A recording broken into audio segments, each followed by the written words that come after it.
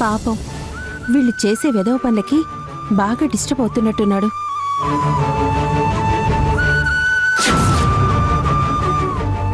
ఎంత హుషారుగా సంతోషంగా ఉండేవాడు ఎలా పిచ్చివాడిలా నీరసంగా ఎప్పుడూ విచారంగా ఉంటున్నాడు.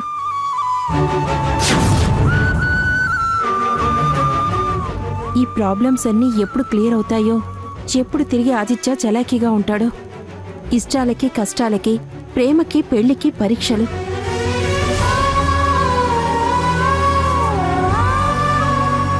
భగవంతుడా, వీళ్ళని త్వరగా ఒకటి చేయి తండ్రి.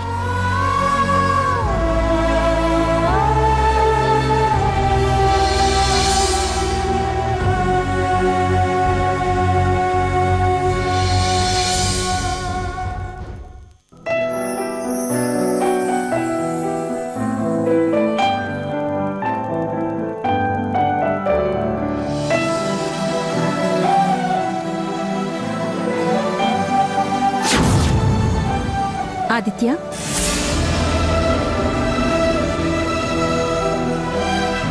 కాఫీ తీసుకో. అదేంటక్క, ధరణిని తీసుకురమ్మంటే నువ్వు తీసుకొచ్చావు? ధరణి ఇంట్లో లేదు తమ్ముడు.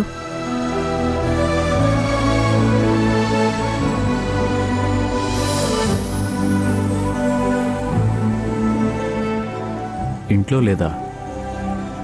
ఎక్కడికెళ్ళిందక్క? ఎందుకో వాళ్ళమ్మని చూడాలనిపిస్తుంది అని వాళ్ళింటికి వెళ్ళింది. తను చాలా బాధపడుతుంది కదక్క. నీతో చాలా క్లోజ్గా ఉంటుందిగా. ఎలా ఫీల్ అవుతుందో కాస్త నువ్వే ధైర్యం చెప్పాలి. తను పడే ఇబ్బంది కన్నా నువ్వు బాధపడుతున్నావని ఎక్కువ బాధపడుతుంది ఆదిత్య.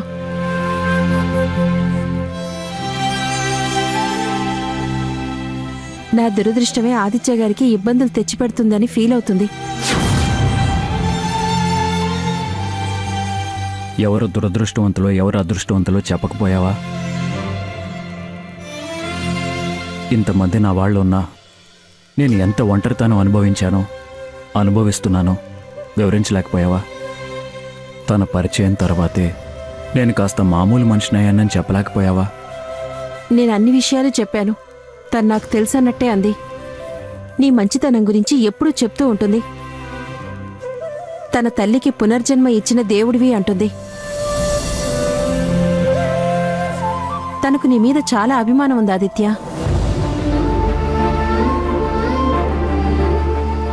ఈ అభిమానం ఉన్నా జరిగిన ఈ 2-3 సంఘటనలు తనకి మనశ్శాంతి లేకుండా చేస్తుంటాయి. అందుకే తనలో తాను కుమిలిపోతూ ఇంకా ఆ బాధ భరించలేక తల్లితో ఆ బాధను పంచుకుని కాస్త గుండె బరువును తగ్గించుకుని మనసును తేలికపరచుకోవడానికి వెళ్ళుంటుంది. రాచరికపు అర్హత వచ్చుండకపోతే, ఇక్కడే ఉండాలన్న నియమం లేకపోతే వాళ్ళింట్లోనే ఉండేది. ఇంత బాధ అనుభవించాల్సి వచ్చేది కాదు. ఏం చేస్తాం ఆదిత్య, మీ ఇద్దరి పెళ్లికి అభ్యంతరాలన్నీ తొలగిపోయాయనుకుంటే కొత్త కొత్త సమస్యలు ఒకదాని తర్వాత ఒకటి వచ్చి పడుతున్నాయి. అన్ని సమస్యలు అధిగమించి నిశ్చితార్థానికి వచ్చేసరికి మళ్లీ మొదలయ్యాయి. ఇవన్నీ ఎలా తీరుతాయో. పాపం తను ప్రతి క్షణం నువ్వు బాధపడుతున్నావనే ఆలోచిస్తుంది.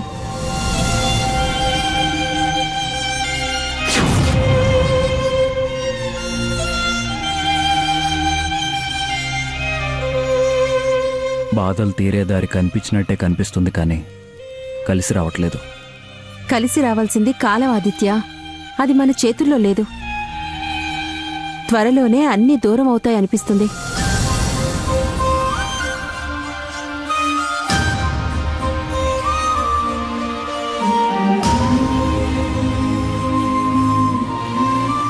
నువ్వు వెళ్ళి రెస్ట్ తీసుకో ఆదిత్య. తాను వచ్చేస్తానంది. ఊరికే ఇబ్బందుల గురించి ఆలోచించి నీ మనసు పాడు చేసుకోకు. నువ్వు వెళ్ళు.